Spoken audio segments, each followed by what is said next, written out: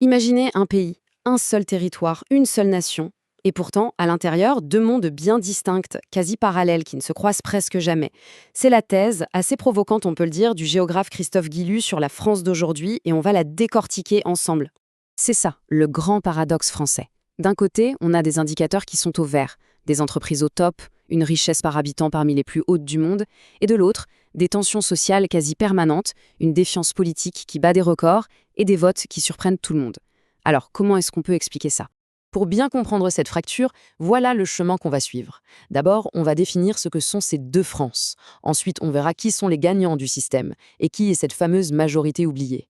Après, on analysera comment ce fossé s'est creusé et on terminera en regardant comment tout ça a dynamité la carte politique traditionnelle du pays. Allez, on plonge dans le vif du sujet. L'idée centrale de Guilloux, c'est que la France est aujourd'hui scindée en deux réalités géographiques et sociales qui s'ignorent. D'un côté, on a la France des métropoles. C'est la France qui brille, la vitrine de la mondialisation, le cœur économique du pays. C'est là que vivent les cadres sup et une grande partie de l'immigration la plus récente. Et de l'autre côté, il y a ce que l'auteur appelle la France périphérique. Un immense territoire fait de petites et moyennes villes, de zones rurales. Et c'est là que vivent maintenant la majorité des classes populaires, souvent dans une situation assez précaire. Et ce concept de France périphérique, c'est vraiment la clé pour comprendre toute son analyse.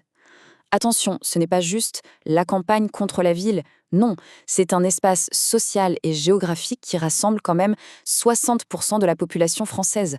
C'est la France des gens modestes qui ont le sentiment d'être à l'écart des grandes villes dynamiques, qu'ils habitent une petite ville de Picardie ou un village de la Creuse. Bon, commençons par la première France, celle qui est connectée, celle qui gagne, les grandes métropoles. Prenez une seconde pour bien regarder ce chiffre. 80%.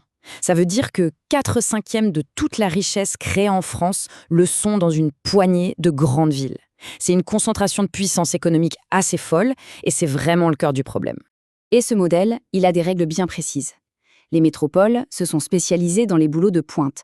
La finance, la tech, la recherche, ça attire les gens les plus diplômés. Mais ça crée un marché du travail totalement polarisé. D'un côté, les super qualifiés et de l'autre, tout en bas, des emplois de services peu qualifiés. La classe moyenne, elle, a de moins en moins sa place. Guilloux parle d'une économie d'archipel. Paris, au fond, est plus connecté à Londres ou à New York qu'à des villes comme Guéret ou Charleville-Mézières. Allez, passons de l'autre côté du miroir.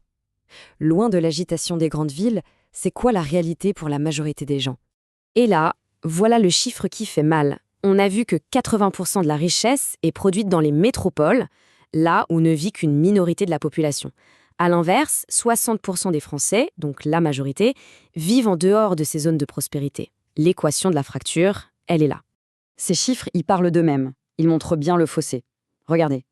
Dans la France des métropoles, seulement 12% des communes sont vues comme socialement fragiles.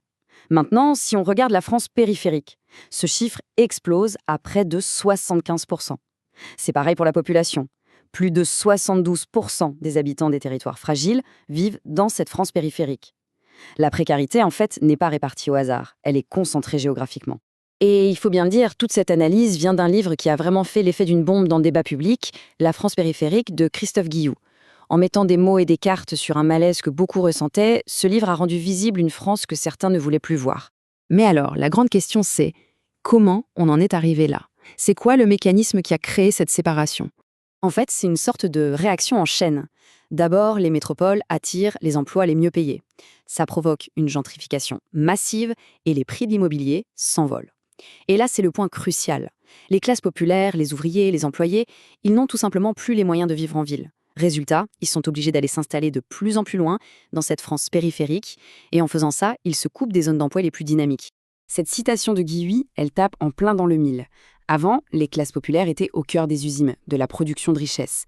Aujourd'hui, elles sont sorties de ces lieux. Elles dépendent d'un système de redistribution, les aides, les retraites, qui, selon l'auteur, fonctionnent de moins en moins bien pour elles. Et en sans doute, toute cette fracture sociale et géographique, eh bien, elle a des conséquences politiques énormes. Elle est en train de redessiner complètement la carte électorale.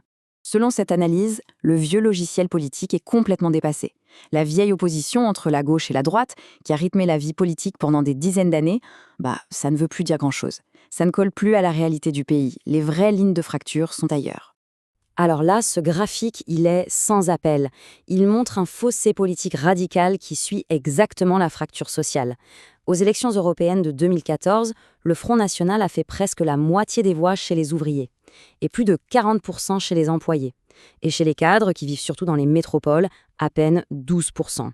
On voit bien deux mondes qui ne votent absolument pas de la même manière. Et là, Guillu propose une lecture qui va un peu à l'encontre de ce qu'on entend souvent. Pour lui, le vote populiste n'est pas un geste irrationnel. C'est le résultat d'un diagnostic assez lucide de la part de gens qui subissent directement les effets négatifs de la mondialisation depuis 30 ans, le chômage, la précarité, les délocalisations. Alors concrètement, qu'est-ce que ça donne? Eh bien, une abstention massive dans la France périphérique, un sentiment de ne plus être représenté. Les partis traditionnels, eux, tiennent grâce à un électorat plus âgé, retraité et globalement protégé qui vit dans les métropoles. Pendant ce temps, les partis dits populistes, eux, séduisent les catégories actives mais fragiles. Au final, le vrai clivage, ce n'est plus tellement gauche contre droite, mais plutôt entre ceux qui profitent de la mondialisation et ceux qui en subissent les conséquences et qui veulent s'en protéger. Et on termine avec la question qui tue en quelque sorte, la question que pose cette analyse. Comment un pays peut-il construire un futur? Comment peut-il faire société s'il ignore les conditions de vie, les peurs et les espoirs de la majorité de ses habitants? Une question qui, aujourd'hui en France, reste plus ouverte que jamais.